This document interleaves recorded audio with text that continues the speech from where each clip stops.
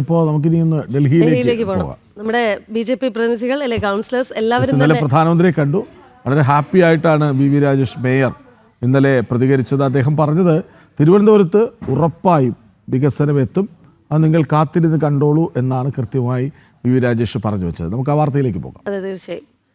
എന്തായാലും നമ്മുടെ കേരളത്തിൽ നിന്നെത്തിയ BJPയുടെ ജനപ്രതിനിധി സംഘം ഇന്ന് അമിത്ഷായുമായി കൂടിക്കാഴ്ച നടത്തുന്ന ദിവസമാണ്. BJP ദേശീയ കാര്യാലയത്തിൽ സംഘടനാ സെക്രട്ടറി BL സന്തോഷുമായും സംഘം സംവദിക്കുന്നുണ്ട്. ഉച്ചയ്ക്ക് രാഷ്ട്രപതി ഭവൻ സന്ദർശിക്കുന്ന പ്രതിനിധികൾ ദ്രൗപദി മുർമുവുമായും കൂടിക്കാഴ്ച നടത്തും. ഇന്നലെ പ്രധാനമന്ത്രി നരേന്ദ്രമോദിയുടെ വസതിയിൽ അദ്ദേഹം ക്ഷണിച്ച പ്രകാരം ജനപ്രതിനിധികൾ സന്ദർശനം നടത്തിയിരുന്നു. നമ്മുടെ നന്ദഗോപൻ ഉണ്ട് അവിടുന്ന് അല്ലേ? നന്ദഗോപൻ, ഇന്നലത്തെ കൂടിക്കാഴ്ച ഒരു പരിധിവരെ ഔദ്യോഗികം എന്ന് വേണമെങ്കിൽ പറയാം. ഇന്ന് കുറച്ചുകൂടി പൊളിറ്റിക്കൽ ആകുന്നുണ്ടോ അത്? കാരണം ദേശീയ സെക്രട്ടറിയെ കാണുന്നു, അമിത്ഷാ എന്നാൽ BJPയുടെ തന്ത്രജ്ഞനാണ്, അപ്പോൾ അദ്ദേഹത്തെ കാണുന്നു. ഇന്നത്തെ കൂടിക്കാഴ്ചകളുടെ വിവരങ്ങൾ.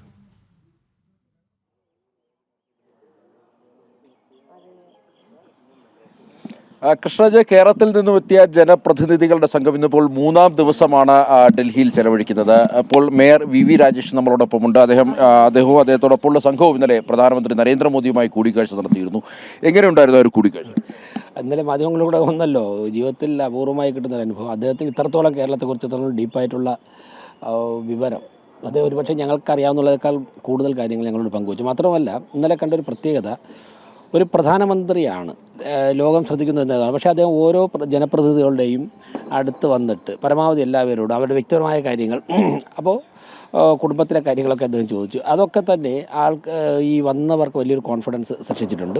പിന്നെ ഡയസിൽ ഇരുന്നല്ല സംസാരിച്ചത്. അദ്ദേഹം സംസാരിച്ചൊരു 80%-90% സമയവും ഞങ്ങളുടെ ഇടയിലായിരുന്നു. തൊട്ടടുത്ത് നിന്ന് പ്രധാനമന്ത്രി സംസാരിക്കുന്ന വെറുതെ പ്രസംഗിച്ച് പോവുകയല്ല, മറിച്ച് ഒരു പൊതുപ്രവർത്തകനെ എങ്ങനെയാണ് വാർത്തെടുക്കേണ്ടത് എന്നുള്ളത് പറയുന്നു. അതോടൊപ്പം തന്നെ കേരളത്തിൽ എന്താണ് കേരളത്തിൽ ഇപ്പോഴത്തെ രാഷ്ട്രീയ വ്യത്യാസം എന്നുള്ളത് ഒരു വലിയൊരു കാഴ്ചപ്പാടിൽ അദ്ദേഹം വിവരിച്ചപ്പോഴേക്കും ഞങ്ങളൊക്കെ തന്നെ പ്രതീക്ഷിച്ചതുപോലെ ഈ വന്ന ജനപ്രതിനിധികൾ എല്ലാവരും മുനിസിപ്പൽ കൗൺസിലർമാർ, കോർപ്പറേഷൻ കൗൺസിലർമാർ, പഞ്ചായത്ത് മെമ്പർമാർ, ഇതിൽ MLA മാർ MP മാരൊന്നുമില്ല. പക്ഷേ എല്ലാവരുടെയും നിലവാരം ജനപ്രതിനിധി എന്നുള്ള അടുത്തൊരു തലത്തിലേക്ക് ഉയരുകയാണ്. വലിയ പ്രതീക്ഷകളും അങ്ങനെ അതൊക്കെ സാധിക്കും.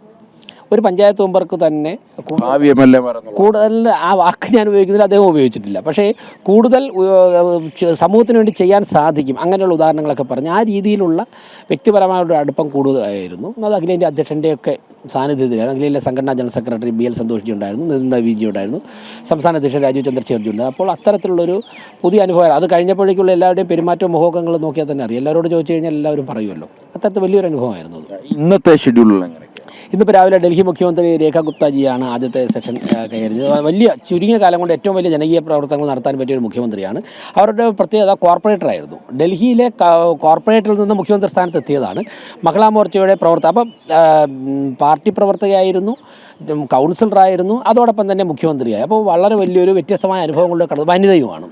ഞങ്ങളിലും കൂടുതലും വനിതകളാണ് ഞങ്ങളുടെ ടീമിലുള്ളത്. അപ്പോൾ അങ്ങനെയുള്ള അനുഭവങ്ങൾ ഷെയർ ചെയ്യും. അതിനുശേഷം ഇപ്പോൾ തീരുമാനിച്ചനുസരിച്ച് രാഷ്ട്രപതി ഭവനിലാണ് പോകുന്നത്. അപ്പോൾ ഇതൊക്കെ തന്നെ ജീവിതത്തിൽ ഒരിക്കൽ മാത്രം അല്ലെങ്കിൽ അപൂർവമായി കിട്ടുന്ന അനുഭവമാണ്. ഇതിലൂടെ കടന്നു ചെല്ലുമ്പോഴേക്കും ഞങ്ങൾക്ക് കേരളത്തിലെ മറ്റൊരു ജനപ്രതിനിധിക്കും കിട്ടാത്ത തരത്തിലുള്ള പ്രധാനമന്ത്രിയെയും പ്രസിഡൻറ്റിനെയും വൈസ് പ്രസിഡൻറ്റിനെയും സ്പീക്കറെയും ഒക്കെ ഒരു ഇന്ത്യൻ ജനാധിപത്യത്തിൻ്റെ നയിക്കുന്ന എല്ലാവരെയും കാണുവാൻ, അവരുടെ അനുഭവങ്ങൾ ഷെയർ ചെയ്യാൻ സാധിച്ചു. വലിയൊരു എക്സ്പീരിയൻസ് ആണ്. നവ്യ ഹരിദാസ് ഉണ്ട്, മഹിളാ മോർച്ചയുടെ അധ്യക്ഷയാണ്. സ്ത്രീജനങ്ങളെ നയിച്ചുകൊണ്ട് പ്രധാനമന്ത്രി അടുത്തെത്തി. എന്താണ് അദ്ദേഹം സൂചിപ്പിക്കുന്നത്? അദ്ദേഹം വളരെ വൈകാരികമായിട്ടാണ് ഇന്നലെ ഞങ്ങളോട് സംവദിച്ചിട്ടുള്ളത്. തീർച്ചയായിട്ടും ഒരു 2 മണിക്കൂറോളം പ്രധാന സേവകൻ ഞങ്ങളോടൊപ്പം ചെലവഴിച്ചു എന്ന് പറയുന്നത് തന്നെ ഞങ്ങളെ സംബന്ധിച്ചിടത്തോളം മറക്കാനാകാത്ത ഒരു അനുഭവം തന്നെയാണ്. ഇവിടെ വന്നിരിക്കുന്നതിൽ കൂടുതലും സ്ത്രീകളാണ്. വ്യക്തിപരമായിട്ടുള്ള കാര്യങ്ങളും അതുപോലെ സമൂഹത്തിൽ നമ്മൾ നേരിടുന്ന വിഷയങ്ങളും ഇന്നലെ പൊളിറ്റിക്സിനെ കുറിച്ചോ ഒന്നുമല്ല പ്രധാന സേവകൻ ഞങ്ങളോടൊന്നും സംവദിച്ചിട്ടുള്ളത്. ഡയസിൽ നിന്നുകൊണ്ടല്ല സംസാരിച്ചിട്ടുള്ളത്. ഡയസിൽ നിന്ന് ഇറങ്ങി ഞങ്ങളുടെ ഇടയിലൂടെ സംസാരിച്ച് നടക്കുമ്പോൾ പലരുടെയും കണ്ണ് നിറഞ്ഞൊഴുകുന്ന ഒരു കാഴ്ചയായിരുന്നു. സന്തോഷം കൊണ്ട് പറഞ്ഞറിയിക്കാനാകാത്ത ഒരു അനുഭൂതിയാണ് ഞങ്ങൾക്ക് ഇന്നലെ ഉണ്ടായിട്ടുള്ളത്. അതിനുശേഷം ചായ കുടിക്കാൻ പോയപ്പോഴും അദ്ദേഹം ഞങ്ങളോടൊപ്പം നടന്ന് ചായ കുടിക്കുന്ന ഓരോരുത്തരുടെയും അടുത്ത് നിന്ന് സംസാരിക്കുന്ന ഒരു വ്യത്യസ്തമായിട്ടുള്ള ഒരു അനുഭവം. ഇത് മുൻപൊരിക്കലും ഞങ്ങൾക്ക് ഉണ്ടായിട്ടില്ല. ഇനി ജീവിതത്തിൽ ലഭിക്കുമോ എന്നുള്ള കാര്യത്തിലും സംശയമാണ്. തിരുവനന്തപുരം നഗരസഭയിൽ നിന്നുള്ള കൗൺസിലർമാരുണ്ട്. അപ്പം നിങ്ങൾക്കൊക്കെ എന്തായിരുന്നു അനുഭവം? ഞങ്ങൾക്ക് ഈ പറഞ്ഞ പോലെ തന്നെയുള്ള അനുഭവങ്ങളായിരുന്നു നമ്മുടെ ജീവിതത്തിൽ. എൻ്റെ ജീവിതത്തിൽ ഞാൻ ഏറ്റവും കൂടുതൽ ആഗ്രഹിച്ചിരുന്നതാണ് നമ്മുടെ രാജ്യത്തെ നമ്മുടെ ആരാധ്യനായ പ്രധാനമന്ത്രി മോദിജിയുടെ കൂടെ ഒരു നിമിഷം ചെലവഴിക്കുക, അദ്ദേഹത്തെ ഒന്ന് നേരിട്ട് കാണുക, അദ്ദേഹത്തിൻ്റെ പാദസ്പർശമേൽക്കുക എന്നുള്ളത് എൻ്റെ ജീവിതത്തിലെ ഏറ്റവും വലിയ അനുഭവമായിരുന്നു. അത് എനിക്ക് ജീവിതത്തിൽ സാധിക്കുവാനായിട്ട് സാധിച്ചു. വളരെ സന്തോഷം, വളരെയധികം ഹാപ്പിയാണ് ഞങ്ങളെല്ലാവരും. പ്രധാനമന്ത്രി ഞങ്ങളുടെ ഓരോരുത്തരുടെയും അടുത്ത് വന്ന് നമ്മളെ സംസാരിക്കുന്ന ഒരു രംഗമുണ്ടായി. സംസാരത്തിനിടയിൽ വളരെ വികാരാതീതനായി അദ്ദേഹം സംസാരിച്ചു. നമ്മുടെ എല്ലാവരുടെയും കണ്ണുകൾ ഈറനണിയിക്കുന്ന ഒരു സംഭവമായിരുന്നു അത്. വളരെ ചേച്ചിയുടെ പേരെന്താ? ബേബി. എവിടുന്നാണ്? പാലക്കാട് നഗരസഭ വൈസ് ചെയർപേഴ്സൺ ആണ്. അതെ. പ്രധാനമന്ത്രിയെ കണ്ടതിലുള്ള അനുഭവം വളരെ സന്തോഷമാണ്, പറഞ്ഞറിയിക്കാൻ പറ്റാത്തതാണ്, വാക്കുകളില്ല.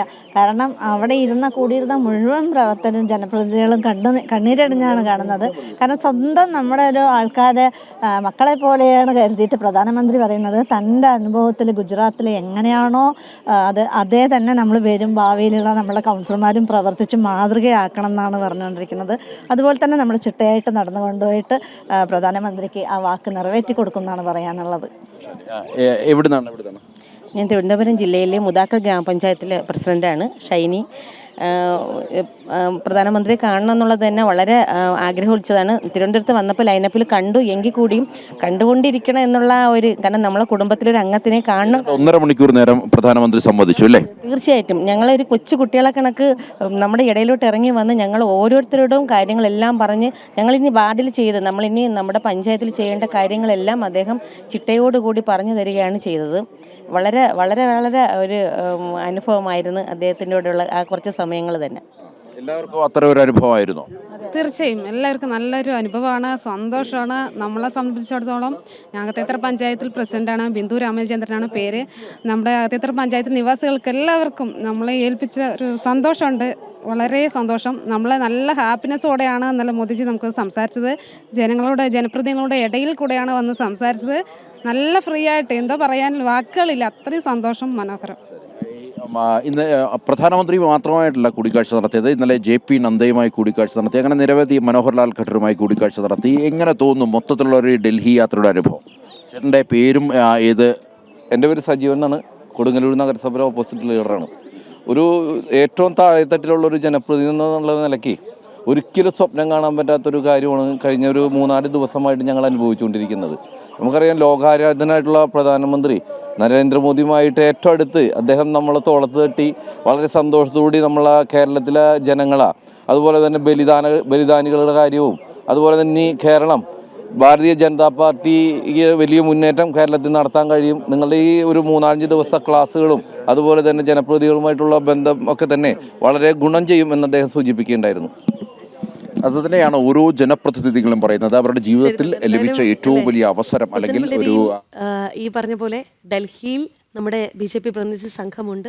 ഒരുപാട് പ്രതീക്ഷകളാണ് അവരുടെ ഡൽഹി യാത്രയിൽ മലയാളികൾ അർപ്പിച്ചിരിക്കുന്നത് എന്നുള്ളതാണ്. 3, 4, 5 പേർ നമുക്ക് വേണ്ടി പ്രതികരിച്ചു. നവ്യ ഹരിദാസ്, മേയർ VV രാജേഷ് അടക്കമുള്ളവർ പ്രതികരിച്ചു. കൊടുങ്ങല്ലൂരിലെ പ്രതിനിധി നമ്മളോട് സംസാരിച്ചു. അപ്പോൾ അവർ ഇവിടെ തിരുവനന്തപുരത്ത് നിന്ന് ട്രെയിൻ കയറിയപ്പോൾ മുതൽ എവിടെയൊക്കെ സ്വീകരണം ലഭിച്ചുവോ അവരുടെ ഓരോ അപ്ഡേറ്റും നമ്മൾ പ്രേക്ഷകരിലേക്ക് എത്തിച്ചുകൊണ്ടിരിക്കുകയാണ്. തിരിച്ചുള്ള യാത്ര ഫ്ലൈറ്റിലാണെന്ന് തോന്നുന്നു. നോക്കൂ, അങ്ങോട്ടുള്ള യാത്രയും ഫ്ലൈറ്റിലാക്കാമായിരുന്നു. പക്ഷേ ട്രെയിൻ യാത്രയിലൂടെ ഉണ്ടാകുന്ന ഒരു സൗഹൃദം, ഒരുമിച്ച് പോകുന്നതിൻ്റെ ഒരു കൂടുതൽ കാര്യങ്ങൾ അവിടെ രൂപപ്പെട്ടു വരും. നമ്മൾ ലൈവിൽ ബൈറ്റ് എടുക്കുമ്പോൾ പോലും അവർ യോഗം കൂടിക്കൊണ്ടിരിക്കുകയായിരുന്നു.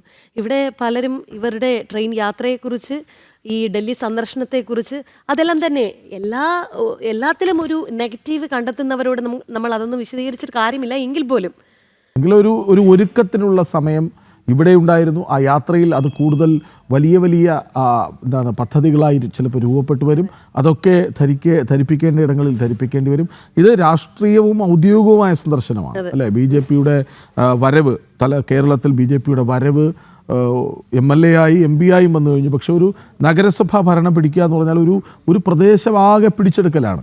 അപ്പോൾ ആ ഒരു സന്തോഷം അതിനുവേണ്ടി പ്രധാനമന്ത്രി വിളിക്കുന്നു. വലിയൊരു രാജ്യം മുഴുവൻ ചർച്ച ചെയ്യുകയാണ് നമ്മുടെ തിരുവനന്തപുരത്തിന്റെ വിജയം എന്നുള്ളത്. അസമിൽ, രാജസ്ഥാനിലൊക്കെ പ്രധാനമന്ത്രി തന്നെ അത് പറഞ്ഞു. തിരുവനന്തപുരത്തിൻ്റെ പേര് പറയുകയാണ്. അപ്പോൾ എത്രമാത്രം പ്രാധാന്യത്തോടെ അവർ ഈ നഗരത്തെ